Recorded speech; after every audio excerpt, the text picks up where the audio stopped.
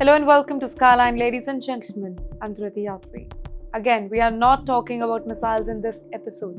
We are not talking about fighter jets or military victories. We are talking about something that is much closer to your life, your job, your salary, your investment, and your family's future.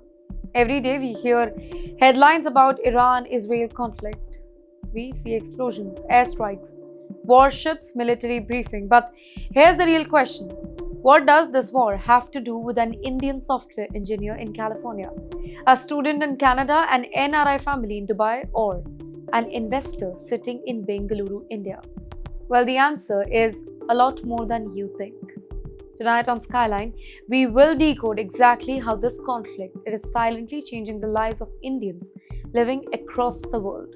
So stay with me because every story tonight, it could directly affect your money.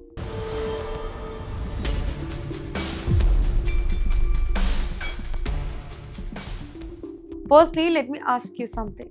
Have you ever noticed petrol prices rising again? Have you ever wondered why groceries, flights, or even electronic gadgets are becoming more expensive? Many people blame inflation here, but very few understand where this inflation actually begins.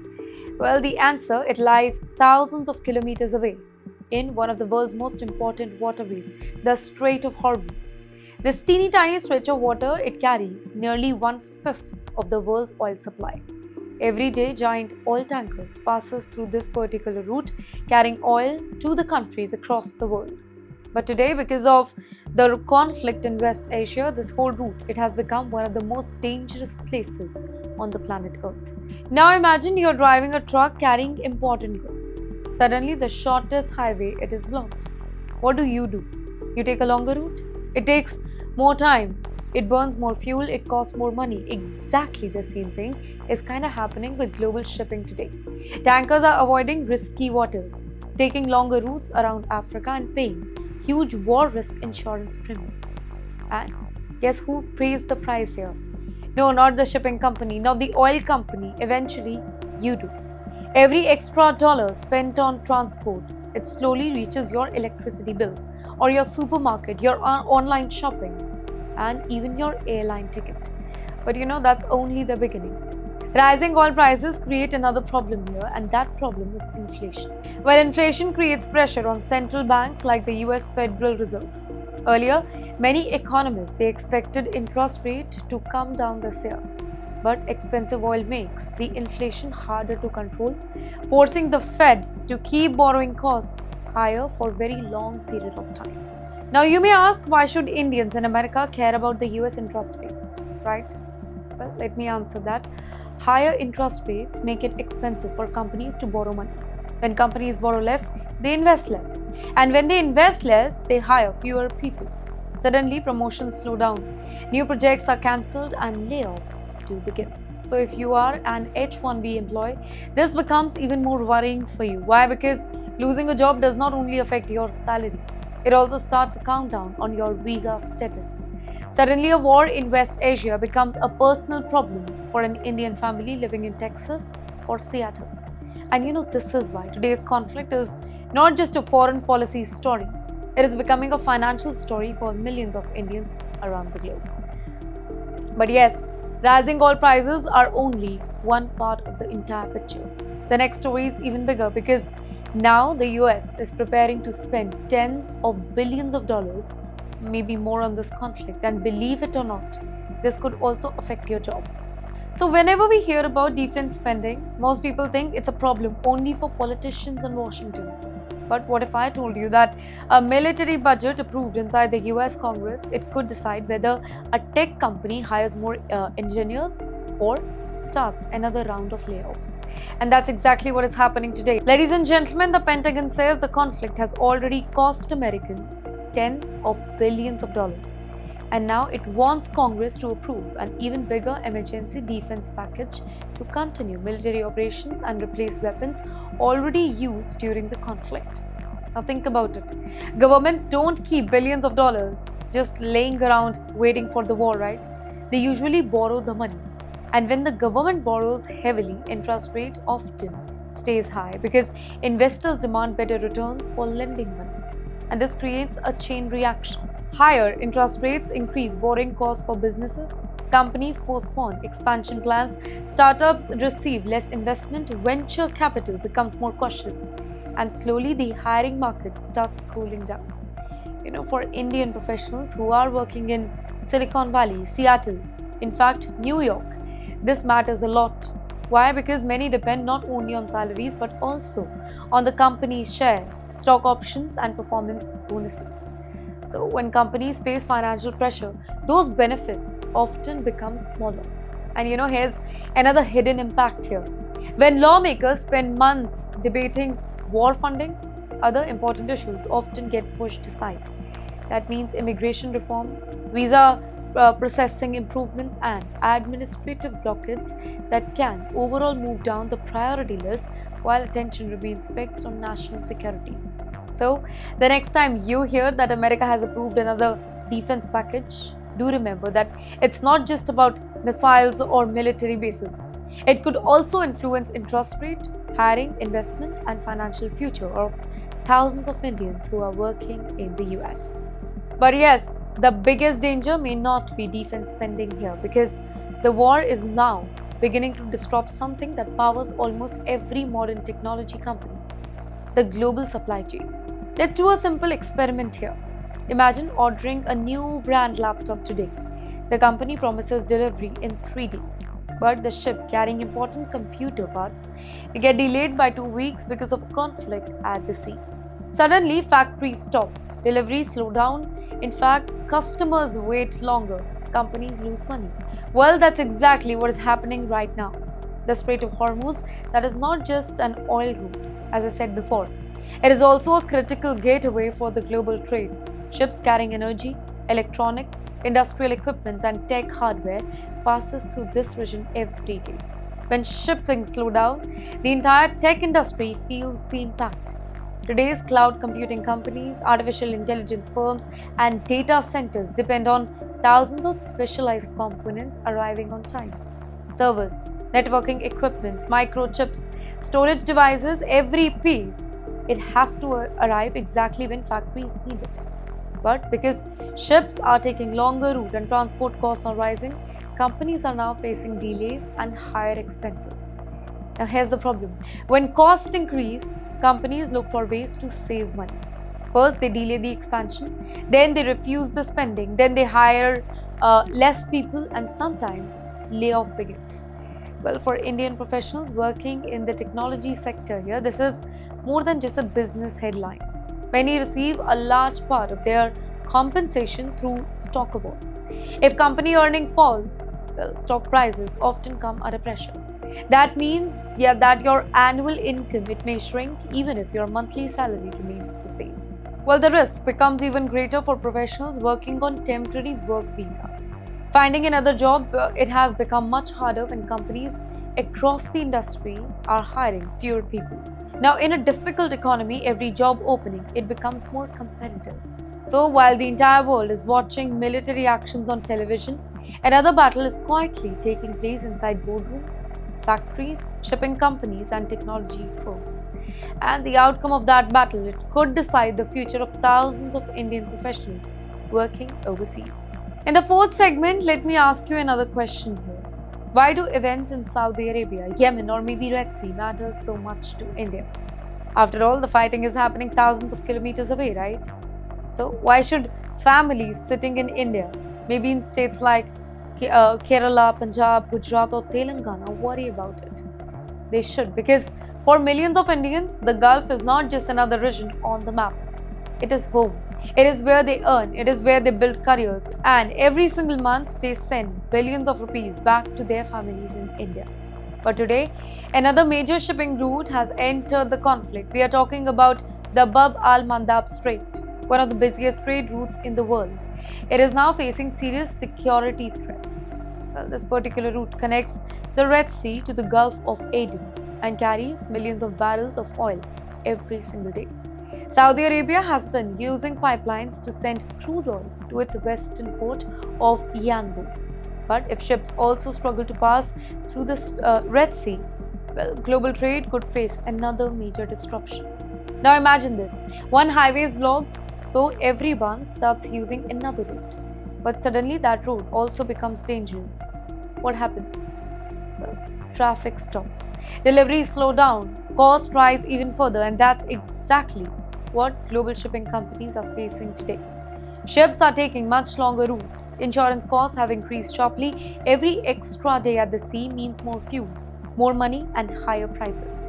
Eventually, those higher prices reach businesses, consumers, and families across the globe. Well, for Indians who are working in the Gulf, the concern goes far beyond expensive goods here. If oil exports slow down, governments may spend less on new projects. Construction projects could slow down, business investments may reduce, companies may delay the hiring, some contracts may not be even renewed. Well, think about millions of Indian engineers, accountants, IT professionals, doctors, and project managers working across Dubai, Abu Dhabi, Riyadh, and Doha. Well, if companies become cautious about spending, then their jobs, it may also come under a lot of pressure. And that's another hidden impact here. Every year, Indians working abroad send billions of dollars home. That money supports parents, children's education, home loans, and family business. But when inflation rises because of expensive shipping and fuel, even the value of those hard earned remittances, it starts falling. Well, the same money buys less than before here. So basically, when we talk about another shipping crisis in West Asia, we are not talking about oil tankers. Well, we are talking about Indian families, Indian jobs, and Indian economy. But yes, while the war is creating economic uncertainty across the world, politics inside America is becoming just as explosive because now New York City's mayor has made a demand that has shocked Washington and international community as well. Can you imagine this? One of America's biggest political leaders publicly says that the Prime Minister of one of America's closest allies should be arrested if he visits the United States. Sounds unbelievable, right? But that's exactly what happened. New York City's mayor, Mr. Zohran Mamdani, has called on the US government to arrest Israeli Prime Minister, Mr. Benjamin Netanyahu, if he enters America. Why? Because the ICC, International Criminal Court, issued an arrest warrant against Mr. Netanyahu in 2024 over alleged war crime during the Gaza conflict. Though Israel rejects the ICC's decision and denies all the allegations. Now, here's where the story becomes interesting. Mayor Mr. Mamdani, he admitted that New York City itself does not have the legal authority to arrest Mr. Netanyahu. That power rests with the federal government. So he urged Washington to recognize the ICC warrant and act on it. But the Trump administration has taken a completely different position here. President Trump has made it clear that Mr. Netanyahu will not be arrested if he travels to the US. Well, this is no longer just a debate about one individual. It has become a debate about international law, national sovereignty, and America's relationship with one of the closest West Asian allies. Supporters of the ICC, though, they say that international law should apply equally to everyone, regardless of their position. Flip the coin. Critics argue that court has no authority over Israel because Israel is not a member of the ICC. So the question is no longer only about Mr. Benjamin Netanyahu here. The bigger question is this: should international courts have the power to influence the action of the sovereign nation? Or should national governments decide these issues on their own? Well, whatever your opinion may be, one thing is definitely clear. This debate is far from over and it will continue shaping the global politics in the months ahead. While political leaders continue arguing over international law, military planners, they are focusing on something much more dangerous. A mysterious mountain inside Iran that many experts believe could become the next flashpoint in this conflict. When we hear the word nuclear facility, most of the people imagine large buildings, cooling towers, or maybe huge industrial complexes. But what if the most important nuclear site is hidden inside a mountain? That's right, that's exactly why the entire world is now talking about Pisaks Mountain in Iran. This heavily fortified underground site, located near Natanz, it has become one of the most closely watched places in the world. For nearly 2 weeks, the United States has carried out repeated strikes against the Iranian military and infrastructures.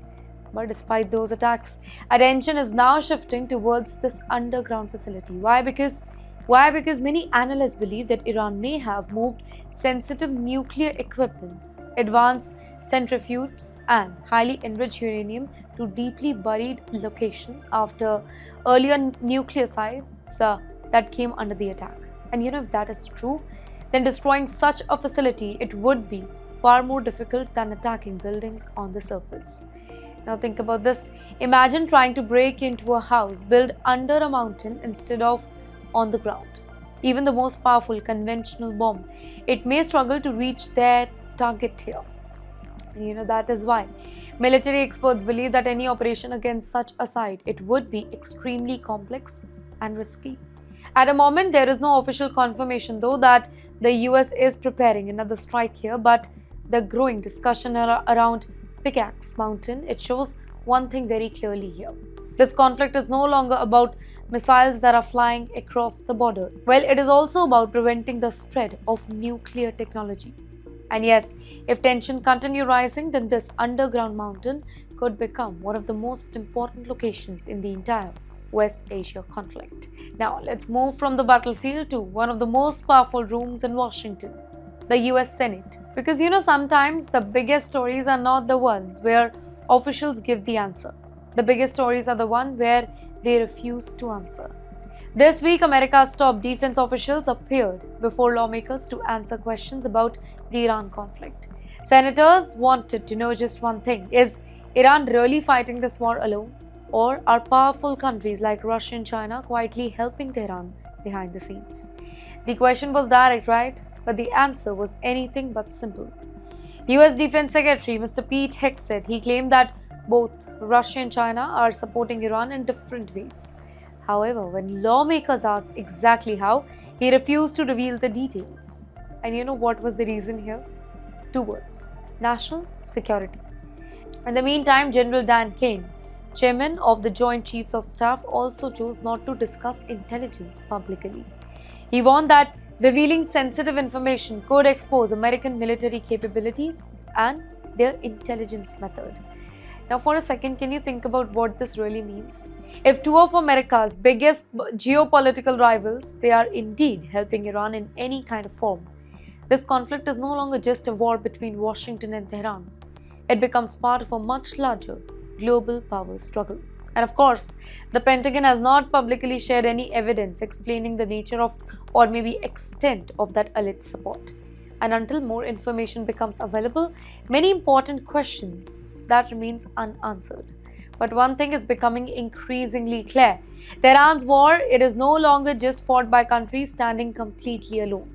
Behind every major conflict, there are alliances, intelligence network, diplomatic partnership, and strategic interests that often remain hidden from the public eye. And that's exactly why this Senate hearing has attracted global attention. Not because of what was revealed, but because of what was left unsaid. But yes, while military leaders, they spoke about secret intelligence, another confrontation inside the same hearing, it grabbed headlines, but for a completely different reason. This time it was not about missiles, it was about money. Can you imagine struggling to pay your grocery bill every week? Food prices are rising, rent is becoming expensive, household budget, it is under pressure. And then you hear that your government wants to spend billions of dollars more on military operations overseas. Well, that was exactly the concern raised during a heated Senate hearing in Washington. US Senator Kirsten Gillibrand openly questioned the Trump administration's request for additional defense spending. Her argument was simple here. She said many American families are already struggling with the rising cost of living. So, how can the government justify asking for billion more to fund military operations? Her comments quickly became one of the most talked about moments from the hearing here. But Defense Secretary Mr. Pete Hegseth, he strongly disagreed. He rejected the claim that administration was asking for unlimited military spending. Instead, he argued that America needs the right weapon at the right time to prevent even bigger conflict in future. He described the defense request as long-term investment in America's national security and he also criticized the previous administration for not spending enough on defense. Now, here's the bigger picture. Every government faces difficult choices. Should more money go towards healthcare, education, inflation relief, and maybe jobs? Or should national security come first, specifically during a major international conflict? You know what? There is no easy answer because every dollar spent in one area is a dollar that cannot be spent anywhere else. And this debate is not unique to America.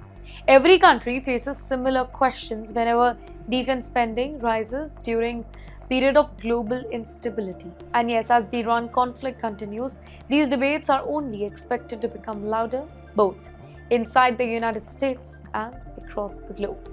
But yes, behind every single debate about defense budget, there is a human story. And sadly, the human cost of this conflict, it continues to rise. When wars begin, television screens often show fighter jets, missiles, explosions, and military equipment.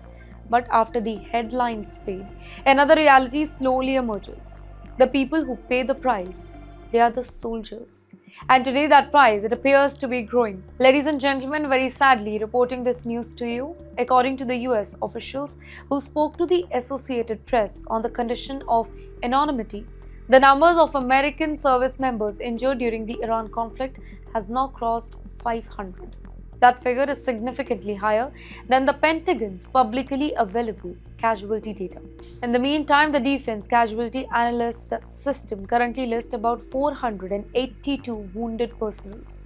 But the official, they reportedly said that the actual number is much higher because casualty reporting inside the Pentagon takes time. In other words, the difference is believed to be due to reporting delays, not because officials are trying to hide the number. Now imagine the families waiting back home. Every phone call brings hope, but it also brings fear. Every military notification, it changes lives forever. Behind every casualty number, there is a son, a daughter, a husband, a wife, a parent, somebody whose life has been changed because of this conflicts. Wars are often measured in military victories, right? Destroyed targets, strategic gains. But the cost of war, it is always measured in human life. And as casualty numbers continue to rise, pressure will also increase on political leaders. Questions about military strategy, diplomatic solution, and the future direction of this conflict, they are likely to become even more intense in the coming weeks. Because every additional casualty reminds the entire world that wars may begin with political decision, but they are ultimately paid by the ordinary people who are wearing the military uniforms. Well, so today we looked far beyond the headlines. We saw how this conflict is shaking global market, disrupting the trade route, increasing inflation, putting pressure on tech companies, creating uncertainty for Indian professionals abroad, triggering political battle inside Washington, raising fresh questions about global alliances, and continuing to increase the human cost of war. Well, here on Skyline, our goal is simple. We don't just tell you what happened, we explain why it happens, what it means, and how it affects your life.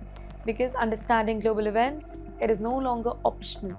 In today's connected world, international news, it has become a personal news.